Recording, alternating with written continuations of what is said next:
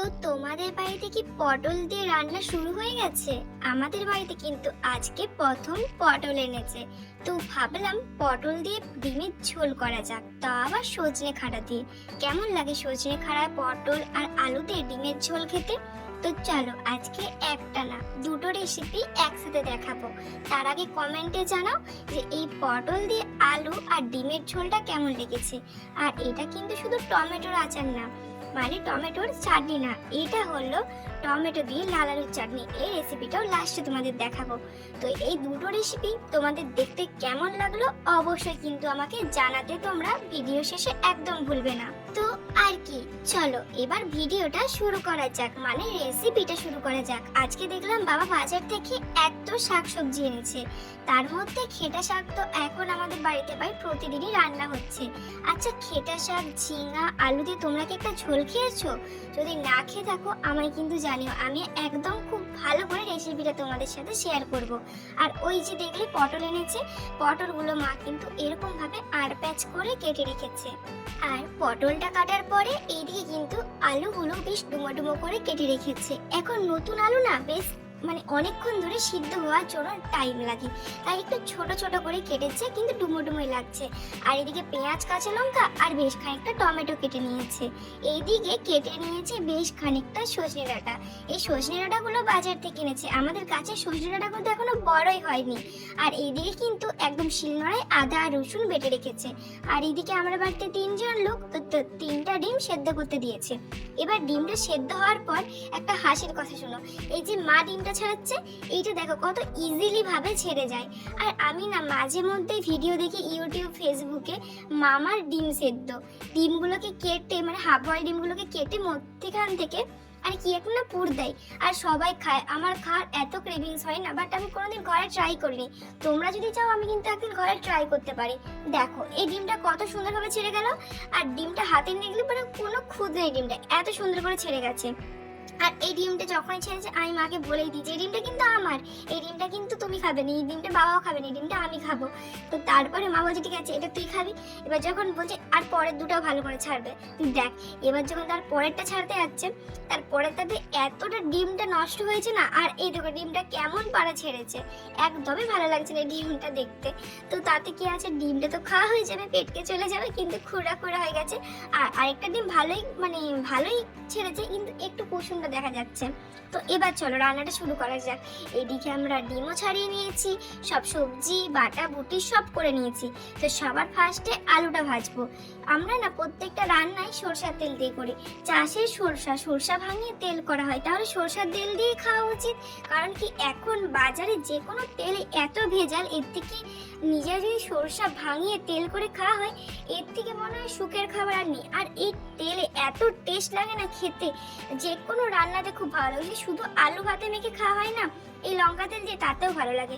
তো সবার ফার্স্টে তেলের ভিতরে আলুগুলো দিয়ে দেওয়ার পর নুন আর হলুদ দিয়ে এবার আলুগুলোকে 5 থেকে 6 মিনিট ধরে লাল লাল করে ভাজতে হবে।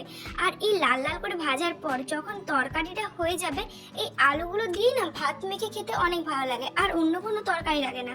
তো এই দেখো 5 থেকে 6 মিনিট ভাজার পর আলুগুলো একদম ক্রিস্পি ক্রিস্পি ভাবে ভাজা হয়ে গেছে। এবার আলুগুলো ভাজার পর কিন্তু এক এক করে পটল, আর পটলের পর পটলের সাথেই দিয়ে দেবো ডাঁটা। আর সবকিছু ভেজে যদি একটা রান্না করা হয় না, রান্নার স্বাদটা কিন্তু একটু অন্যরকম হয়, মানে খেতে পুরো বিয়ে বাড়ি বা ভোজনা বাড়ি বা যে কোনো অনুষ্ঠান বাড়ির মতো টেস্ট লাগে। তো পটলগুলো দিয়ে দিয়েছে, আর পটলগুলো দেওয়ার পর পটলগুলো 2 থেকে 3 মিনিট নাড়াচাড়া করার পরে দিয়ে দিতে হবে আমাদের যে সজনে ডাঁটাগুলো কেটে রেখেছিলাম সেইগুলো। কারণ সজনে ডাঁটা কিন্তু একটু আগে দিয়ে দিলে সজনে ডাঁটাগুলো মানে একটু মানে খরা খরা হয়ে যায়, মানে সজনে ডাঁটা তো ভাজতে বেশি সময় লাগে না, তাই খরা খরা হয়েছে। তাই আগে পটলগুলো 1 থেকে 2 মিনিটের মতো নুন আর হলুদ দিয়ে ভেজে নেব। তো পটলটা দেওয়ার পর আগে একটু তেলের মধ্যে ভালো করে নাড়াচাড়া করে নিয়েছি, আর এদিকে নুন আর হলুদ দেওয়ার পরেই মা দিয়ে দিয়েছে সজনে ডাঁটাগুলো। এবার এই সবগুলো উপকরণ একসাথে ভেজে নেব মিনিমাম 2 থেকে 3 মিনিটের জন্য। আর এইগুলো ভাজতে ভাজতে তোমরা বলো তো তোমাদের কাদের কাদের পটল ভাতে খেতে ভালো লাগে? আমি শুনেছি যাদের বাবা মা বেঁচে থাকে তাদের নাকি পটল ভাতে খেতে নেই। তো আমরা ভুল করে একবার মা করেছিল, মায়ের তো বাবা মা বেঁচে নেই আর বাবার বাবা মা বেঁচে নেই, ওই জন্যে মানে মা খেয়েছে, মায়ের সাথে ভুল করে না আমিও খেয়ে নিয়েছিলাম। তো তখন আমাদের পাশের বাড়ি একটা দিদা বারণ করেছিল, না তুই খাবি না, তোর বাবা মা খাবে। তো আমার একবার খেয়েছিলাম, খেতে এত টেস্ট লেগেছিল, কিন্তু এখন তো আর খাওয়া চলবেই না এটা। তো এটা আমি খেতেও চাই না, সত্যি কথা বলতে যতই ভালো লাগুক এই জিনিসটা আমি আর খেতেও চাই না। তো তোমাদের সাথে কথা বলতে বলতে পটলটা ভাজা হয়ে গেল, আর এবার দিয়ে দিলাম ডিমগুলো। আর ডিমগুলোর ভিতরে একটু নুন হলুদ দিয়ে 2 থেকে 3 মিনিট সময় নিয়ে ডিমগুলো ভাজা হয়ে গেছে। আমাদের বাড়িতে যেমন ডিম তরকারি হয় না, মানে ডিমের তরকারি হয় না, সিদ্ধ করে দেয়, তখনও মা আমাকে এরকম নুন লঙ্কা গুঁড়ো হলুদ গুঁড়ো দিয়ে ডিম ভেজে দেয়। আমারও শুধু সিদ্ধ ডিমটা খেতে ভালো লাগে না, আর কেমন ডিমটা ভালো লাগে সেদ্ধর ভিতরে ওই যেটা হয় না একদম হাফ বয়েল, সেটা ভালো লাগে। আচ্ছা তোমাদের কিরকম ডিম সেদ্ধ খেতে ভালো লাগে, একদম কুসুমটা গটা গটা থাকবে সেটা, না হাফ বয়েল ডিমটা? আমাকে যদি হাফ বয়েল ডিম দিয়ে দেওয়া হয় আমি কিন্তু একসাথে 3-4টা ডিম খেয়ে নিতে পারবো, কিন্তু এরকম গটা কুসুমটা থাকলে না আমার গলায় কেমন কুসুমটা চিটে যায়, আমার একদমই খেতে ভালো লাগে না। তো তোমরাও যদি কেউ আমার মতো হয়ে থাকো অবশ্যই কিন্তু কমেন্ট করো। আচ্ছা আমার মায়ের রান্নাগুলো তোমাদের কেমন লাগে? জানি ঘরোয়া পদ্ধতিতে, কিন্তু এরকম ঘরোয়া পদ্ধতিতে যেমন আমার মতো অনেক মেয়ে আছে যারা মানে প্রথমে ইউটিউবে শ্বশুর বাড়ি যায় বা যখন ঘরে রান্না বানায় তখন সার্চ করে, কিন্তু এই সিম্পলভাবে রান্নাগুলোকে না এত সুন্দরভাবে অন্য কেউ দেখায় না, যেভাবে আমাদের মতো ছোট ছোট ইউটিউবাররা দেখানোর চেষ্টা করে। তো এবার সবকিছু ভাজার পর কড়াইয়ের মধ্যে আবার তেল দিয়ে দিলাম, এবার দিয়ে দিলাম চিনি। আর তোমরা অনেকে জিজ্ঞেস করো প্রত্যেকটা রান্নাতে কেন কষানোর সময় চিনি দেওয়া হয়? চিনি দিলে না মিষ্টি স্বাদটা আসে না, বিশ্বাস করো, কিন্তু তরকারি শেষে এত সুন্দর একটা কালার আসে না, সেটা তোমরা না একবার বাড়িতে ট্রাই করলে বুঝতেই পারবে না। তো চিনিটা গলে যাওয়ার পরে দিয়ে দিল গোটা গরম মশলা, আর গোটা গরম মশলাটার পরে দিয়ে দিল পেঁয়াজ আর কাঁচা লঙ্কা। পেঁয়াজ কাঁচা লঙ্কাটা যতক্ষণ ভাজা হবে, মানে যতক্ষণ না বাদামি বাদামি কালার হয়ে আসবে ততক্ষণ ভেজে নিতে হবে। যখনই পেঁয়াজটা কালার বাদামি হয়ে আসবে ঠিক এরকম পর্যায়ে দিয়ে দিতে হবে রসুন বাটা। আর সবসময় না মশলা কষানোর সময়, আমি এটা তো এতদিনে ইউটিউবের ভিডিও শ্যুট করতে করতে শিখে গেছি যে রসুন কিন্তু সবসময় মশলা কষানোর মানে আদাটা দেওয়ার 2-3 মিনিট আগে অন্তত দিয়ে দিতে হবে, কারণ রসুনের একটা কাঁচা গন্ধ ছাড়ে। তো রসুনটা দিয়ে দিয়েছি, এবার দিয়ে দেবো টমেটো। রসুনটা 2 থেকে 3 মিনিট ভাজা হয়ে গেল, এবার টমেটো দেওয়ার পর টমেটোটা খুব ভালো করে নেড়ে চেড়ে নেবো, কারণ টমেটোটা গলতে অনেকটা সময় লাগে। তো টমেটোটা দিব, আর টমেটো যতক্ষণ গলছে মশলার সাথে এদিকে আমি আদা লঙ্কা গুঁড়ো হলুদ গুঁড়ো আর জিরের গুঁড়ো নিয়ে নিয়েছি। এটার ভিতরে জল দিয়ে এটা একটা পাতলা পেস্ট তৈরি করে নেবো। এটার কারণ তোমাদের বলে দিই, আদা যদি ডাইরেক্ট মশলাতে দিয়ে দেওয়া হয় না আদাটা ফুটে চোখে মুখে লাগতে পারে, এই জন্য যদি এরকম করে সেহেতু মশলা কষানোর জন্য একটু জল দিতেই হয়।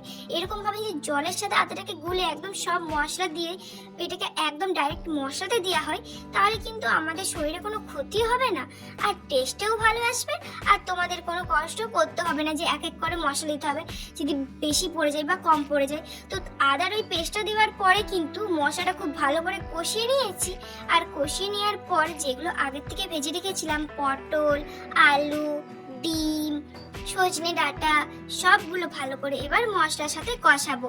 মিনিমাম 5 মিনিটের মতো এটা তো কষাতে হবে একদম লো ফ্লেমে, কারণ কি যতক্ষণ না এই মশলাটা ডিম আলু ডাঁটা আর পটলের ভিতরে ঢুকবে ততক্ষণ না এই তরকারিটা খেতে একদমই ভালো লাগবে না।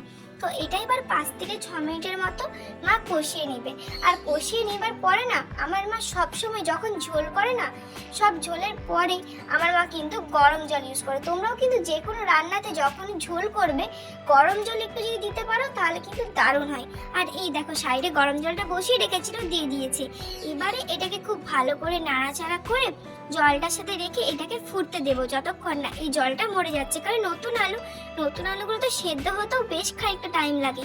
যতক্ষণ আলু সেদ্ধ হবে এই জলটাও মরে যাবে আর একদম মাখা মাখা হয়ে যাবে। চলো ঢাকা দিয়ে দিই। আর ঢাকার যখন খুললাম কি দারুণ কালারটা আসছে আর জলটা একদম মরে গেছে। তো ডিম দিয়ে এখন নতুন পটলের তরকারিটা হয়ে গেল। নতুন পটল নয়, মানে এই মরশুমে তো পটলটা নতুন। আর এইদিকে মা একটু গরম মশলার গুঁড়ো ছড়িয়ে দিল, আর বেশি গরম মশলার গুঁড়ো ছড়ালে কিন্তু অনেক পরিমাণে গন্ধ লাগবে, তো একটু গরম মশলার গুঁড়ো তো ছড়িয়ে দিল। আর আগে গরম মশলা দিচ্ছ তো ডিমের তরকারি রেডি হয়ে গেছে। এবার চলো তোমাদের বললাম না ওই লাল আলু দিয়ে টমেটোর টক দেখাবো। সিম্পল টমেটোর টক নয়, এটা কিন্তু একদম লাল আলু দিয়ে টক। এটা হয়তো অনেকে জানো না, এটা আমাদের গ্রামের রেসিপি। আমাদের যখন লাল আলু হয়, মানে এরকম আলু সিজনে লাল আলু লাগানো হয়, লাল আলুও উঠে আর এমনি আলুও উঠে। তো এরকম সিজনে কিন্তু খুব ভালো লাগে লাল আলু দিয়ে এই টমেটোর চাটনিটা খেতে। তো তার জন্য টমেটো আর লাল আলুটা তোমাদের দেখিয়ে দিলাম। আর এই দেখো আমি এগুলোকে কেটে নিয়েছি। এবার চলো রেসিপিটা তৈরি করা যাক। তো রেসিপিটা তৈরি করার জন্য সবার ফার্স্টে কড়াই গরম করতে তো দিতেই হবে, তার সাথে দিয়ে দিতে হবে সরিষার তেল। সরিষার তেলটা যখনই গরম হয়ে আসবে তখনই দিয়ে দিবে কালো সরষা বা সাদা সরষা।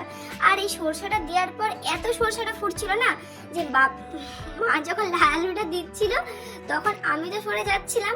আর এটার এত ফটফট আওয়াজ হচ্ছিল, বাবা সাইড থেকে বলছিল যে তুই সরে যা, তোর গায়ে লেগে যাবে।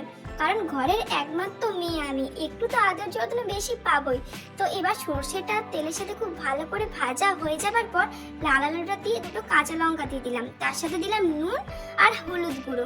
নুন আর হলুদ গুঁড়ো দেওয়ার পরে এই লাল আলুটাকে একটু নেড়ে চেড়ে ভাজবো। তার আগে চলো একটু টেস্টের জন্য লঙ্কার গুঁড়ো দিয়ে দেওয়া যাক। কারণ দুটো কাঁচা লঙ্কাতে মা ফার্স্টে ভাবছিল দুটো কাঁচা লঙ্কাতে ঝাল হয়ে যাবে, কিন্তু কাঁচা লঙ্কাগুলোতে সেরকম ঝাল নেই। তাই ভাবলাম একটু লঙ্কা গুঁড়ো দিদি, কালারটাও ভালো আসবে আর খেতেও বেশ ঝাল ঝাল টকটক মিষ্টি মিষ্টি হবে। তো সবার ফার্স্টে আলুগুলোকে ভেজে নিচ্ছি যাতে কাঁচা আলুর গন্ধটা একটু চলে যায়। আর আলুগুলোকে ভাজার পর এবার আলুগুলো সেদ্ধ হওয়ার জন্য একটু চলো ঢাকা দিয়ে রেখে দিই 2 থেকে 3 মিনিটের জন্য, বেশি না। আর যখন ঢাকা দিয়ে রেখেছিলাম গ্যাসের ফ্লেমটা একদম কিন্তু লো করে রেখেছিলাম। আর এই দেখো আলুগুলো কিন্তু খুব ভালো করে ভাজা হয়ে গেছে। ঠিক এই সময় দিয়ে দেব টমেটোগুলো। আর টমেটোটা দেওয়ার পরে টমেটোটা আলুর সাথে নেড়ে চেড়ে টমেটোটাও একটু ভাজাভাজি করে এবার কিন্তু এটাকেও ঢাকা দিয়ে রেখে দেবো। আর এই চাটনিটা দিয়ে ভাত খেতে যা সুন্দর লাগে না, তোমরা যদি একবার বাড়িতে তৈরি করো তোমরা দেখবে ঠিক কতটা টেস্ট লাগে। চলো ঢাকা তো দিয়ে দিলাম, এবার ঢাকাটা খুলে দেখো টমেটোটা গুলো গলে গেছে আর আলুটাও খুব ভালো করে সেদ্ধ হয়ে গেছে। এই সময় তোমাদের বাড়িতে যদি গুড় থাকে তাহলে গুড় দিও, তাহলে চিনি দিয়ে দিও। আর যদি বাড়িতে বাতাসা থাকে বাতাসাও দিতে পারো। তো চিনিটা দেওয়ার পর আমরা 2 চামচের মতো চিনি দিচ্ছি, কারণ আমরা একটু মিষ্টি মিষ্টি বেশি খেতে ভালোবাসি। তোমরা কিন্তু কম চিনিও দিতে পারো নিজেদের পছন্দ অনুযায়ী। এবারে আলুর সাথে টমেটো আর চিনিটাকে খুব ভালো করে নাড়াচাড়া করে একটু জল দিয়ে দেবো যাতে একদম আঠো আঠো হতে থাকে। তো চলো একটু জল দিয়ে দেওয়া যাক। আর জলটা দিয়ে দেওয়ার পরে কিন্তু একটু নাড়াচাড়া করে এটা নামিয়ে নেবো। তো তোমাদেরকে তো কত সহজে আমি দুটো রেসিপি দেখিয়ে দিলাম। আর এই দুটো রেসিপি দেখতে তোমাদের কেমন লেগেছে, মানে আমি পুরো ভিডিওটা যে শুট করেছি এটা তোমাদের কেমন লেগেছে এটা কিন্তু জানাতে একদমই ভুলো না। আর মানে তোমরা বাড়িতে তৈরি করার পরে তোমাদের খেতে ঠিক কতটা ভালো লেগেছে সেইটাও কিন্তু আমাকে জানাতে একদমই তোমরা ভুলবে না। তো অবশ্যই আমার পাশে দেখো আর সাবস্ক্রাইব করে আমার ভিডিওটা লাইক করে দিও। Bye bye.